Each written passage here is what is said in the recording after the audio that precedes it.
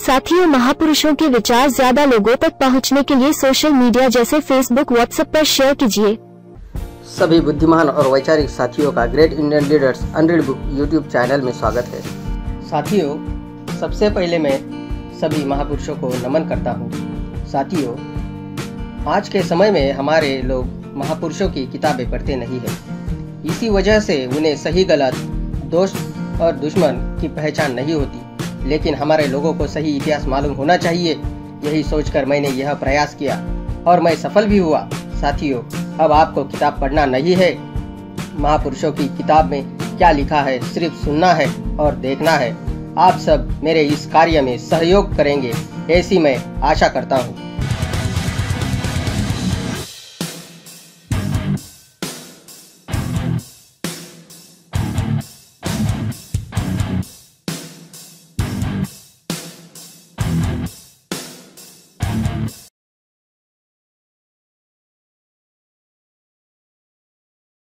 Doctor Baba Saheb Ambedkar writings and speeches Hindi volume 9। अस्पृश्यता अथवा भारत की बहिष्कृत बस्तियों के प्राणी। अंग्रेजी में यह 208 पेज की पांडुलिपि दूसरी प्रति है, जिसका शीर्षक है अनचेबल्स और the children of India's ghetto, अस्पृश्यता अथवा भारत की बहिष्कृत बस्तियों के प्राणी। यह पूरी पांडुलिपि स्वयं में एक स्वतंत्र पुस्तक स्वरूप है। इसके साथ एक विषय सूची मिलती है जो 4 खंडों में है। यह आगे 14 अध्यायों में विभक्त है। इन अध्यायों के क्रम में थोड़ा संशोधन करना पड़ा, जिससे उसे विषय सूची के अनुसार रखा जा सके। अध्यायों के शीर्षकों में कुछ एक संशोधनों को छोड़कर लेखक ने बाकी सारी सामग्री में कहीं कोई संशोधन नहीं किया है। संपादक। भाग 2, दलित उत्पीड़न। चैप्टर 6, अस्पृश्यता और अराजकता का भाग 3। अस्पृश्यों को स्थापित व्यवस्था के अंतर्गत पढ़ने लिखने का कोई अधिकार नहीं है और गांव के स्कूल में दाखिला लेने का तो निश्चित ही कोई अधिकार नहीं है। जिन अस्पृश्यों ने स्थापित व्यवस्था को तोड़ने का साहस किया है, उन्हें हिंदुओं ने कड़ी सजा दी है। इस प्रकार की अनेक घटनाओं में से कुछ घटनाएं निम्नलिखित हैं। लाहौर से छपने वाले 30 जून 1921 के आर्य गजट से एक महाशय ने यंग इंडिया में एक लेख में लिखा है कि सूरत जिले में सिसोदरी नामक एक गांव है। यहां थोड़े दिनों में इतनी राष्ट्रीय जागृति आ गई है कि यह गांव असहयोग आंदोलन के लिए मानो एक आदर्श बन गया है। लेकिन इसके बावजूद भी यहां हरिजनों के प्रति वैसा ही उपेक्षा भाव है जैसा पहले था। लेखक का कहना है कि मैंने इस गांव के राष्ट्रवादी स्कूल की एक कक्षा में ढेर जाति के एक बच्चे को एक कोने में सबसे अलग दूर बैठे देखा। उसके चेहरे मोहरे से लग रहा था कि वह एक अस्पृश्य बालक है। मैंने विद्यार्थियों से पूछा कि वह इस बालक को अपने साथ क्यों नहीं बिठाते, तो उन्होंने जवाब दिया कि हरिजन लोग जब तक दारू पीना और मांस खाना नहीं छोड़ेंगे तब तक ऐसा नहीं होगा। वह हरिजन बच्चा तुरंत बोल उठा कि मैंने यह सब छोड़ दिया है। इस पर सवर्ण जाति के बच्चे कुछ नहीं बोले। 12 फरवरी 1923 के प्रताप में महाशय संतराम जी ने लिखा है, हाल ही में सरकार ने एक ब्राह्मण अध्यापक की नियुक्ति की और उसे गांव में चमारों के बच्चों के स्कूल में पढ़ाने के लिए भेजा। जब वह वहां पहुंचा तो ब्राह्मण, क्षत्रिय और दूसरी जाति के लोगों ने उसका बायकाट किया और कहा, तुम यहाँ चमारों को पढ़ाने और उन्हें हमारे बराबर करने के लिए क्यों आए। 11 अप्रैल 1924 के तेज में स्वामी श्रद्धानंद ने लिखा है, खतसयास में एक राष्ट्रवादी स्कूल है। मैं यहाँ 1921 में नवंबर महीने के आखिरी दिनों में गया था। वहां मैंने पूछा कि इस स्कूल में कितने हरिजन बच्चे पढ़ते हैं। मुझे बताया गया कि सिर्फ 3 और ये भी कक्षा के बाहर बरामदे में बैठते हैं। मैंने अपने भाषण में इसे बुरा कहा और कहा कि राष्ट्रवादी स्कूल में इन बच्चों को कक्षा के भीतर बैठने की इजाजत होनी चाहिए। स्कूल के मैनेजर ने मेरी सलाह के अनुसार काम किया। अगले दिन स्कूल की सभी बेंचें खाली थीं और आज तक उस राष्ट्रवादी स्कूल में ताला पड़ा हुआ है। 18 अप्रैल 1924 के मिलाप से यह घटना होशंगाबाद की है। जिला परिषद ने स्कूलों को एक परिपत्र भेजा कि हरिजन बच्चों को स्कूलों में पढ़ाया जाए। हेडमास्टरों ने इन आदेशों का पालन करना शुरू कर दिया। जब एक स्कूल ने कुछ हरिजन बच्चों को अपने यहाँ दाखिला दिया, तब इस पर ऑनरेरी मजिस्ट्रेट को बहुत बुरा लगा और उसने उस स्कूल से अपने बच्चों को हटा लिया। बाकी लोगों ने भी ऐसा ही किया। इन सब ने मिलकर स्कूल समिति की बैठक बुलवाई, जिसमें प्रस्ताव पास किया गया कि स्कूलों में हरिजन बच्चों का दाखिला जनता की भावनाओं के विरुद्ध है। उन्होंने कहा कि हरिजन बच्चों के साथ बैठने से ब्राह्मण बच्चों को अपने अपने जनेऊ बदलने पड़ते हैं, इसलिए यह स्कूल समिति हरिजन बच्चों को पढ़ाने का उत्तरदायित्व नहीं ले सकती। 3 अप्रैल 1932 के प्रताप से अहमदाबाद 1 अप्रैल 1932 बड़ौदा राज्य के नवगांव से समाचार मिला है कि जब से हरिजनों के स्कूल बंद कर दिए गए हैं और हरिजनों के बच्चों को गांव के सामान्य स्कूलों में दाखिला लेने की अनुमति दे दी गई है, गांव वालों ने हरिजनों को निरंतर सताना शुरू कर दिया है।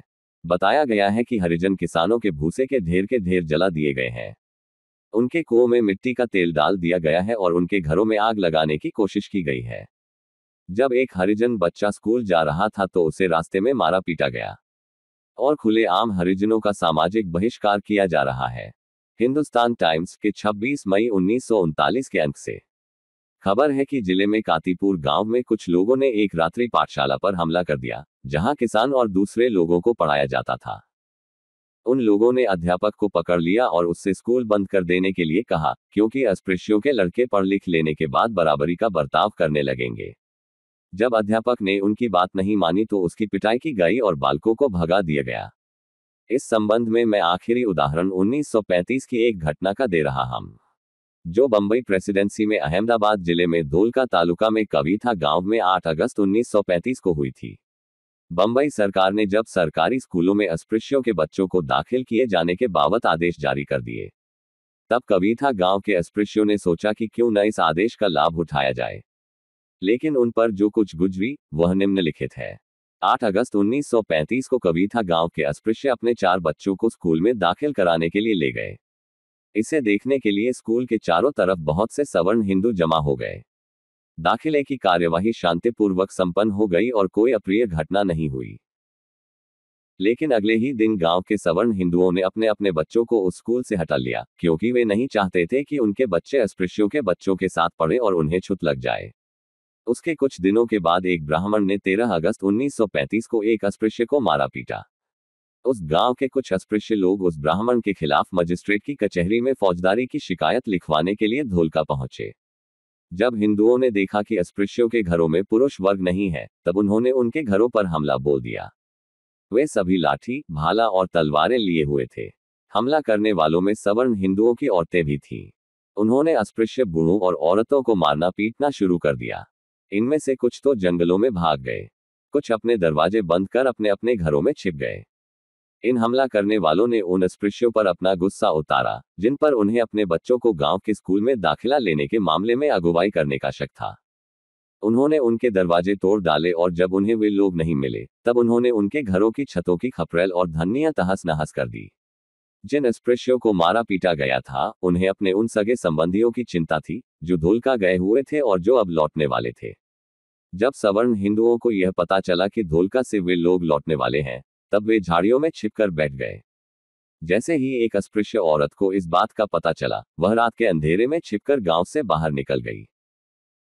वह उन लोगों से मिली जो वापस लौट रहे थे और उसने उन्हें बताया कि सवर्ण हिंदुओं का गिरोह हथियारों से लैस होकर उनकी ताक में झाड़ियों में छिपा बैठा है और इसलिए वे गांव न जाएं। उन्होंने यह सोचकर उस औरत की बात को अनसुनी कर दिया कि उनकी गैरहाजिरी में तो हिंदू लोग और भी ज्यादा जुल्म ढा सकते हैं। साथ ही वे इस बात से भी सहमे हुए थे कि अगर वे गांव में घुसे तब वे मार डाले जाएंगे। इसलिए वे लोग आधी रात तक गांव के बाहर एक खेत में पड़े रहे। इस बीच हिंदुओं का गिरोह जो झाड़ियों में छिपा हुआ था, हार कर गांव लौट गया। अस्पृश्य अपने अपने घरों में रात में करीब 3 बजे लौटे। अगर वे इससे पहले आ गए होते तो उनकी मुठभेड़ जालिम हिंदुओं के गिरोह से हो जाती और उन्हें मौत के घाट उतार दिया गया होता। जब उन्होंने देखा कि उनके घरों को बुरी तरह से उजाड़ दिया गया है, तब वे सवेरा होने के पहले अहमदाबाद पहुंच गए और उन्होंने हरिजन सेवक संघ के मंत्री को सारी घटना कह सुनाई। यह संस्था वही है जो श्री गांधी ने अस्पृश्यों के कल्याण के लिए स्थापित की है। लेकिन मंत्री भी लाचार था। सवर्ण जाति के लोगों ने न केवल मारपीट की, बल्कि उन्होंने हरिजनों का जीना दूभर कर देने का षड्यंत्र रच रखा है। उन्होंने अस्पृश्यों को मजदूरी पर रखने से मना कर दिया है। उन्होंने अस्पृश्यों को खाने का सामान बेचने से भी मना कर दिया है। वे अस्पृश्यों के मवेशियों को चरने देने से रोकने लग गए हैं और जब तब मौका पाकर अस्पृश्य औरतों और आदमियों को मारने पीटने लगे हैं। यही नहीं, उन्होंने गुस्से में उस कुएं में मिट्टी का तेल भी डाल दिया, जिससे अस्पृश्य अपने पीने के लिए पानी लिया करते हैं। ऐसा उन्होंने कई दिनों तक किया। इसका नतीजा यह हुआ कि अस्पृश्य पीने के पानी के लिए तरसने लगे। जब नौबत यहां तक पहुंच गई तो उन्होंने सोचा कि इस बारे में क्यों न मजिस्ट्रेट के यहां फौजदारी का मामला दायर कर दिया जाए। उन्होंने यह मुकदमा 17 अक्टूबर को दायर कर दिया। यह मुकदमा कुछ सवर्ण हिंदुओं के खिलाफ दायर किया गया है। इस मामले में सबसे अजीब पक्ष श्री गांधी और उनके सहयोगी सरदार वल्लभभाई पटेल की भूमिका का है। श्री गांधी ने यह पूरी घटना जानते हैं कि सवर्ण जाति के लोगों ने कविता गांव के अस्पृश्यों पर क्या क्या अत्याचार और जुल्म किए, अस्पृश्यों को केवल यही सलाह देना ही काफी समझा कि वे गांव को छोड़ दें। उन्होंने इन बदमाशों पर अदालत में मुकदमा दायर करने की सलाह तक नहीं दी। उनके सहयोगी श्री वल्लभभाई पटेल ने जो भूमिका अदा की वह तो और भी ज्यादा अजीब थी।